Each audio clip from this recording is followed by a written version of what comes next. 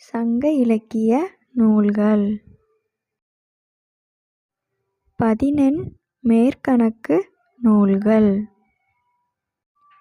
பதினெண் மேற்கணக்கு நூல்கள் இரண்டு வகைப்படும். ஒன்று எட்டுத்தொகை நூல்கள், இரண்டு பத்துப்பாட்டு நூல்கள். எட்டுத்தொகை நூல்கள்: நற்றிணை, குறுந்தொகை, ஐங்குறுநூறு, கலித்தொகை, அகநானூறு, புறநானூறு, பதிற்றுப்பத்து மற்றும் பரிபாடல்.